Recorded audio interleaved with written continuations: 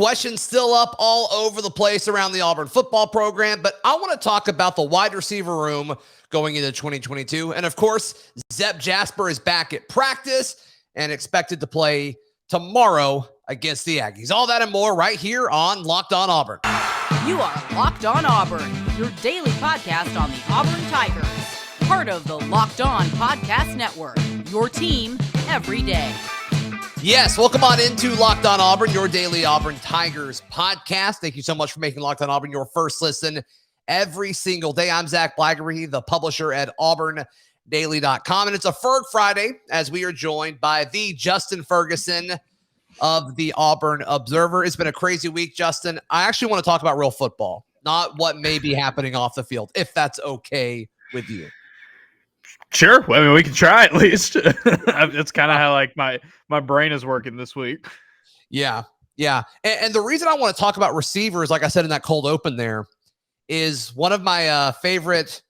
I get several draft guides every year just because I love the draft. But the DTP draft guide, he's got like Demetrius Robertson ranked decently high, like the 23rd receiver, I think, which means he'd probably get drafted in like the 6th round. That seems a little high to me, but I went back and I rewatched a lot of his like Cal stuff and some of his Georgia stuff. And it's like, he was like, seemed way more athletic for them than how he was used at Auburn last year. Yeah, he's got traits for sure. Yeah. I just think everything with the passing game this past season for Auburn, when it wasn't clicking, is just like not really a whole lot going on. For Auburn. So like he had some moments. He had some moments in games. He had some moments at Georgia as well. But yeah, man, the pre-injury version of him at Cal was insane.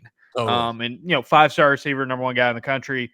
And so your hope is for a lot of those guys, but especially somebody like Demetrius, who went through so much in his college career, then he can tap back into that. And then scouts are saying like, okay, well, we see traits and we see where it might can all click for him. And this is not a super, super deep wide receiver class in the draft. So he's got a shot.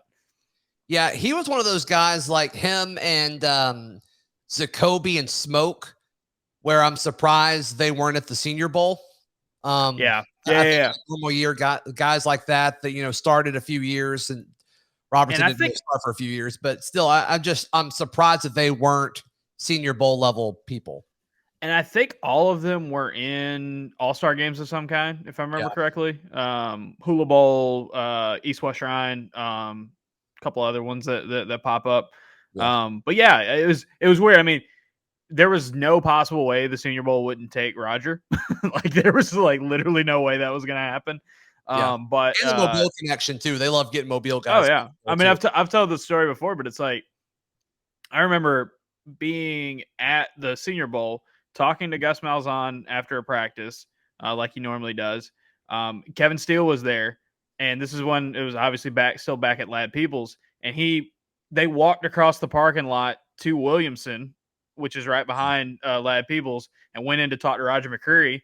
And like a week or two later, he was a commitment and a signee for Auburn. So it was a really, really cool story. But yeah, I was surprised. They usually want to take maybe some more local guys, but I think that new leadership at the Senior Bowl, I think, is not quite as high on that as the past ones have been.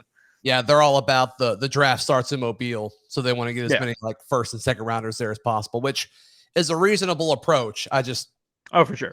I think Jacoby should have been there, but that's fine. Whatever. Mm-hmm.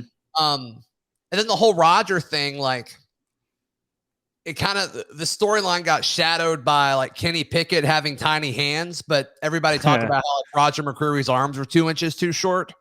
And like his first practice, he did not allow a completion. And I'm just like, turn on the Iron Bowl tape and tell me that dude's arms are too short. Like that is the dumbest thing I've ever heard in my life. I think we get to that point where it's like, everybody can nitpick. Yeah. Like, sure. I'm sure everyone thought Kyler Murray was too short. Like, and then you see what guys like that do next level. It's like somebody who's just got it. Like, turn on the tape and watch him actually play the game. And don't make this like some weird like science fair. And And I think some of it's like a pride thing too. I was talking to a draft guy down in Mobile, And he's like, yeah, I bet 5 or 6 teams don't even put Roger on their board because of his arm length. And I'm like, that's stupid. Like, that is so dumb. And it's like, oh yeah, well, Kenny Pickett may have small hands. I was like, but can he use those hands to throw the football really, really well? If so, I think you're going to be in a good spot. Yeah, Pittsburgh weather. That's I think he's going to be okay. But whatever. But yeah, I was just thinking about the wide receiver room though, and let's kind of have this with the assumption that like Harsin survives all of this. Sure. Which, I don't know. I honestly have no idea at this point. I mean, who knows? But even if he doesn't, like, yeah. Who are the receivers? I mean, who are the receivers in 2022? I mean, talk about wide open competition.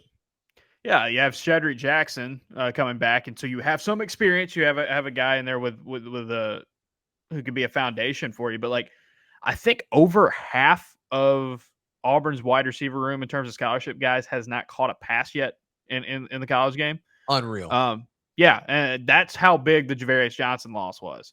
And Kobe obviously was a huge loss, but Javarius Johnson going in the portal, that's like one of those things where you look up and it's like you're going to have to rely on people who have not done this before.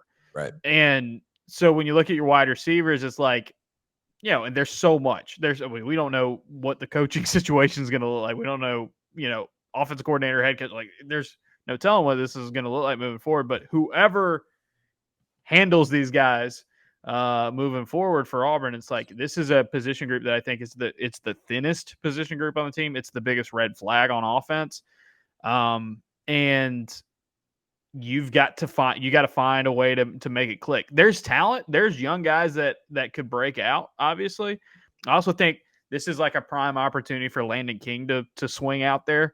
And he was basically a wide receiver. Okay, so you buy into the fact that he can be a receiver. Like a consistent full-time receiver? Yeah. He pretty much practiced with the receivers last year. And every time we saw him, he was basically playing a receiver role. I don't remember seeing him with his hand in the dirt, if he did, very often. Yeah. So he was already kind of a wide receiver. And he's the type of dude that I think could make that transition. But yeah, I mean, then you're just like rolling the dice. Like, can one of these freshmen that are coming in be somebody who can pop for you? And that was why it was just in the transfer portal, and maybe Auburn can get involved in the second wave, is that they just need another guy, and that's why they push so hard for other ones. But especially now with Javarius Johnson out, you're going to need more production. You're going to need more production because you just got a lot of kids and a lot of inexperienced dudes back there. And statistically, when you have to rebuild your passing game that way, it's usually tough. It's usually tough news for the fall. Does John Samuel Shanker lead Auburn in catches in 22? Potentially. How crazy would that be? I mean, Auburn fans begging for tight end usage in the passing game, and all of a sudden it's like, yeah, that's probably your number one option right now. I'll say this: no disrespect to the tight ends, but if Shanker's your number one receiver next year, I think you're gonna have problems. Just because it's like, it's hard to build an offense that way. Well, and it's so rare to have a tight end be your number one receiver. Like, it's like when that happens, it's usually not a great sign for the passing game. Not anything to do with those guys' potential. It's just the role. It's just the role. Just have the guys who are going out for passes a lot more often need to be the ones who are catching the ball a lot more often. Right. Yeah. Unless you have Kyle Pitts, that's not a. Yeah. And even Kyle Pitts was one of those dudes that was like, what is he? And he's like, he's a dude that you can. Plenty. Yeah, it's like he's a dude you can just put out there and let him catch the football because he's very good at it. Yeah, absolutely. Justin Ferguson, our guest today. BetOnline has you covered with more props, odds, and lines than ever before as football continues for one final weekend with the Super Bowl, with all kinds of props for the big game. BetOnline.net remains the best spot for all of your sports scores and news this season. And it's not just for football. BetOnline has up to the minute with pro and college hoops, NHL, boxing, UFC, along with live real-time updates of current games that are happening. All that at BetOnline, where the game starts. Justin Ferguson, our guest today. What all is going on at the Auburn Observer? So a pretty big mailbag out today, talking a lot about the Bryan Harsin situation and basketball. So there's about a half and half there with that. Covered a lot of basketball this week. We'll have the same over the weekend.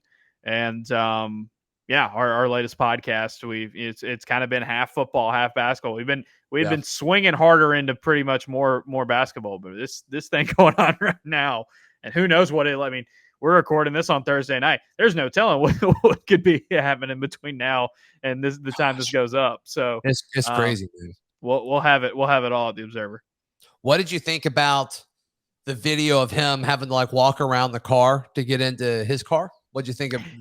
I was so confused about what was happening there, and it's like, yeah, I get it. You're trying to avoid, it's one of those things where it's like the people up there who are asking questions, that's their job. That's what they're there to do.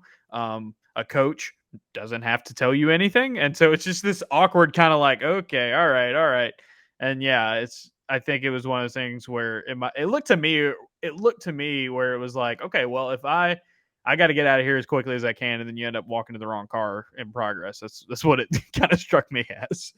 Yeah, it's like he was using the SUV as like a pick play. It's like he was trying, like a rub route kind of thing. But good route. Yeah, get him open. It was pretty uncomfortable to watch. It's like he realized like he was walking the wrong way, and then he saw his driver, and he's like, okay, I have to walk around now to do this, but I have to act like it doesn't bother me. Right. I don't know. I've probably watched it 30 or 40 times. Like I just couldn't get enough of it. As long as he didn't do the cousin Greg from Succession where he just keeps walking around going, no comment. You're like, Greg, you don't have to say no comment. You don't have to don't say anything. You literally don't say anything. So at least he didn't do that. He didn't. Yeah. And people are making a big deal that he just wore like a solid Navy pullover, nothing with Auburn on it. Does that matter? Does that mean anything to you? I mean, I've seen him wearing non-Auburn stuff out before, so yeah, I don't stuff like that. Yeah, I don't know. Does create the intrigue though. But I mean, that's the thing is like he went to the meeting as the Auburn head football coach. Like, yeah, and that's the whole reason it was there. I mean, this date was kind of like the magical arbitrary date where it's like if he represents Auburn at this thing, like he's good, but now it doesn't really feel that way. I don't know. Do you think like? It certainly seems like the Harsin camp and his staff wants to be at Auburn, based on folks that I've talked to. I'm sure you've heard the same. It seems like they want to be here. Oh, yeah. Is he looking at OC candidates right now, or is he not even worried about that at the moment? Like, what is that process? This is all just so weird. Like, what is the process for this? I don't know. I really don't know what the process is like that because he did have that. He did have the thing when he talked to ESPN last week where he was like the confusion over money and like the salary pool for that. So I'm sure, I mean, there's part of that, but like last week, like this is like the only time a year where coaches can really have a vacation. College coaches can have a vacation. So I don't know how much you wanted to do during that. It's so weird and different and secretive. And like both sides of this, the Auburn University side and also the Harsin side, I think they're, trying to create as tight of a camp as possible, especially in these last few days. Not literally let anything get out. And like, that's frustrating. I know for fans because it's frustrating for people in the media as well. But like, that's how a lot of these things work. There's a lot of legal junk involved right now. And I like talking about media related things with you. Oh dear. What are your thoughts with him giving ESPN an interview, but like local access has been close to impossible? Yeah, you don't have to answer that if you don't want to. Yeah, it's one of those things. I think it's kind of, to me, it's kind of one of those things where you see it happen and you're like, all right, that kind of fit. Like I didn't expect him to talk on the record with anybody around here. I'll say that. And part of the connection or the lack thereof with the local media, a lot of it was COVID. I mean, like there's been a lot of Zoom stuff that's happened, and that's not entirely in his hands. I mean, there were a couple times where we've talked to him in person, and I know for a fact that all parties involved preferred it that way. It's just harder to build bridges that way. And so, no, I'm not surprised that ESPN was the one that got it. I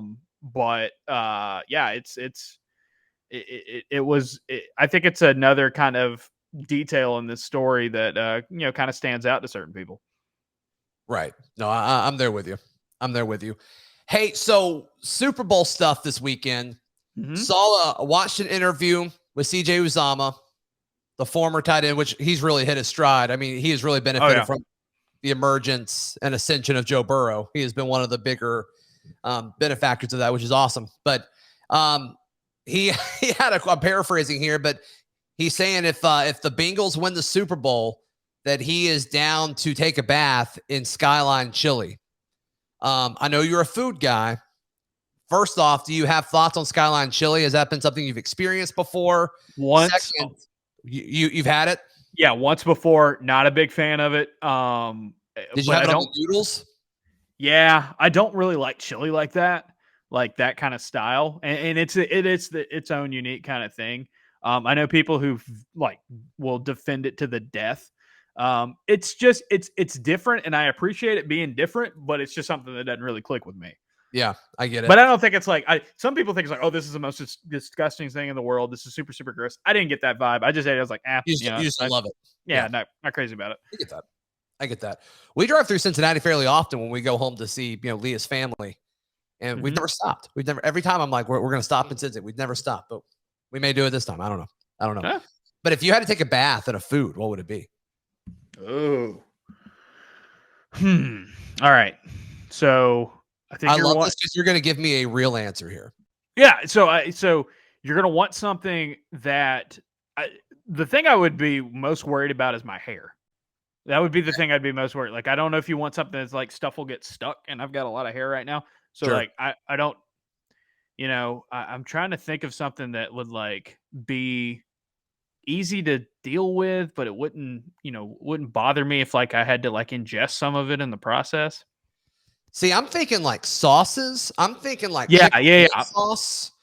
My first thought was Polynesian sauce, and because that's my favorite Chick-fil-A, okay. and I think that would be fairly easy. It's not mayonnaise-y, but it's a little stickier than other things. That was the other thing I was thinking of. A little too sticky. Mm-hmm. I was thinking of if you had some sort of okay, here's a good one. Okay. What if you just dump an entire thing of banana pudding? With wafers? Give me wafers, give me the whipped cream. I feel like I could overcome that quicker, and if it covers my face, I'm gonna be fine with that. Warm banana pudding or cold banana pudding? Yeah, I don't want it to be. Yeah, I don't want the baked kind, and I don't have any problem. I'd rather it be warm. I think in this scenario. Okay. I'm just worried about I don't want it to burn me, or you kind of have to worry. I think it's important that we set the distinction between warm and hot here. Right. I think good call, because you don't want it to be freezing either, right? Totally. Because I was sitting here thinking okay, what a soft serve ice cream would be easy to get off of you, and it's that's also going to be cold. Good point. That'll really wake you up. So yeah, I'm gonna go with the banana pudding. It's something I feel like I could manage very easily. No, I think that was good. I'm glad that we got to where we needed to be for that. Justin Ferguson, our guest today. You also can take a bath in Built Bars if you want. It's great. They're all covered with chocolate. It's very healthy. It'd be the most protein-packed bath you would ever have. Go to Built.com. Use promo code LOCKED15 to get 15% off your order. That is at Built.com. All right, Justin, let's talk a little basketball. So reports came out that the Zep Jasper, he practiced, so that's good. I don't know. I'm expecting him to play, but I don't know exactly what his workload will look like and how many minutes he'll have and how fresh he would be. But I'm expecting him to be involved. Can I break a little news for you? It's not really breaking news, but I know. I mean, this is a Zep Jasper podcast, obviously. Zep, went through practice while we were recording this. Tweeted out a honey badger equals the little hourglass. So it's honey badger time. I think that's what we're about to see.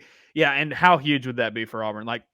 Texas A&M's not a team where you feel like it would give you a ton of trouble at home in Auburn Arena. Yeah. But they've got some talent. They got some dudes. It's just this team just works a whole lot better when Zep's out there. You can see it in the way, and I think the Arkansas game was obvious. JD Note having a big game, but also there were times in the game where they were cycling through, when they get to that point early in the first half, early in the second half, sometimes where you start working in your reserves. And you'll put out lineups out there from time to time where it's okay, well, there's not as much offensive pop.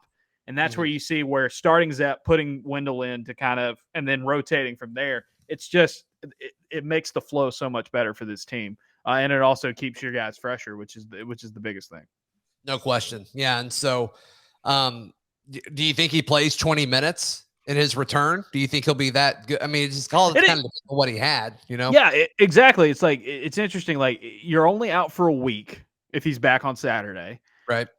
You wouldn't expect conditioning to be like so far down. I mean, this is a dude who keeps himself in crazy you had shape. Something that impacted your cardio. Respiratory or something like that. And I don't know what he had. So it's like, we just know it wasn't COVID. That's really all we know. Yeah, and that's the big winner there for everyone involved. Right. You'll take that.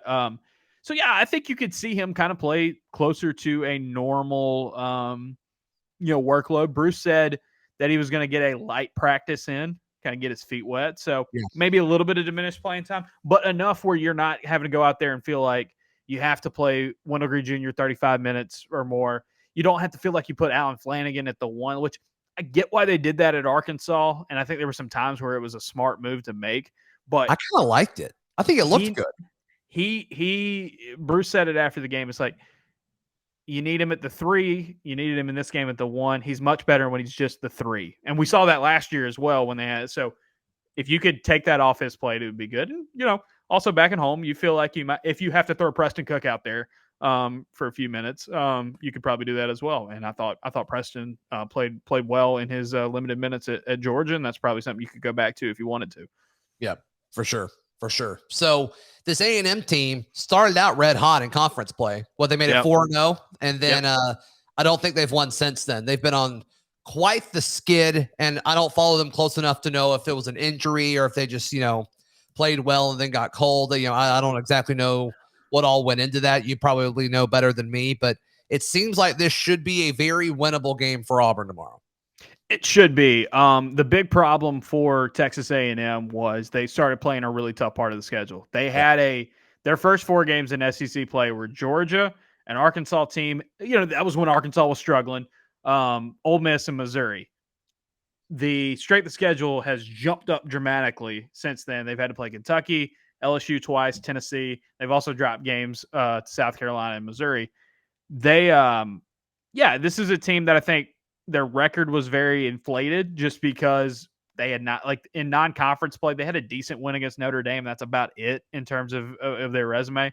But a team that has struggled defensively. And has a problem because they're one of the smallest teams in the country.